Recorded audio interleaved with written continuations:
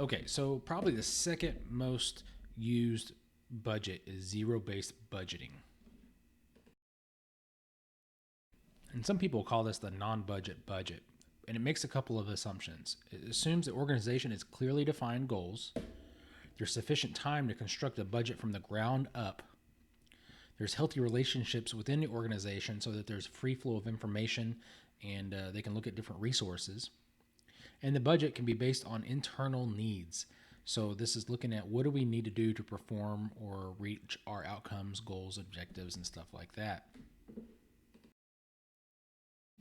Overall, the zero-based budget is internally focused. External needs or requirements are not always taken into account with this type of budget. It requires significant costs in terms of time, money, and effort. So we're building it from the ground up. We're saying we have no budget and we're looking at different goals through the organization to build it from zero.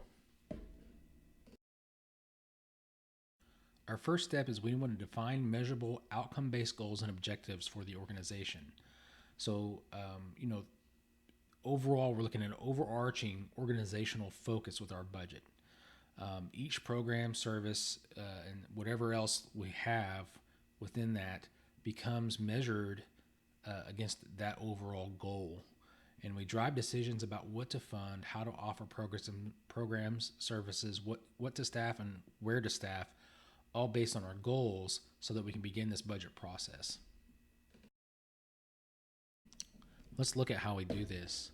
So if we're looking in the area of aquatics, right, we have a program called Learn to Swim. So in this, we have lessons that are offered year-round with an emphasis in the summer. We have beginners through advanced, preschool through seniors in high school. And in the summer, we have lessons at 11 pools 3 times a week, 4 times a day. So a lot going on in the summer.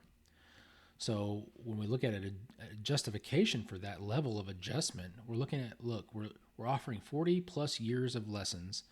We've offered this to over 5,000 participants.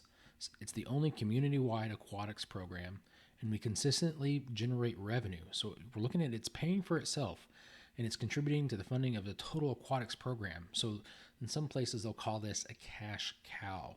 So we're generating enough revenue that not only are we paying for the program, we're paying for some other aspects of the aquatics, or it's going into the general fund or whatnot. So overall, we look at a funding recommendation. Let's just say we're looking at 2023. We recommend program funding at the current levels. We say, funding reduction would actually impact other programs because it's generating revenue. Overall, we say it's got high community support and visibility, so it looks good for us. It's got high user satisfaction. And then so revenues, we look at revenues could increase with a small fee increase. And that's not something we're going to look at specifically within our budget, but something to consider longer term as we develop this. Then we want to go through a decision assessment analysis. So we look at a cluster of decision units related to the accomplishments of the unit's goals and objectives. This requires looking at alternative methods of achieving our objectives. So, how can we meet that objective in different ways, and what's the most cost-effective way, for example? Any activities not contributing to the vision and mission or the specific objectives are eliminated regarding funding, or sometimes the funding is reduced if it's not directly related. It's only tertiary or ancillary related to the objective.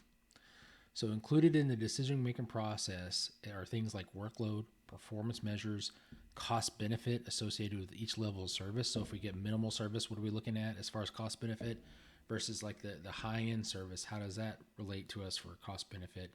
And overall, what are our overall expenditures for that program or service? Each decision package overall can receive 1 of 4 actions. So we look at it as, if we're looking at that aquatics program with those lessons, right? We can say we can increase resources, we can maintain current resources, we can reduce resources or eliminate resources. So overall, we can think of this is something, if we increase resources, we can benefit more. If we, the best possible outcome is to maintain it. So we've got a decent outcome and we just want to maintain that outcome.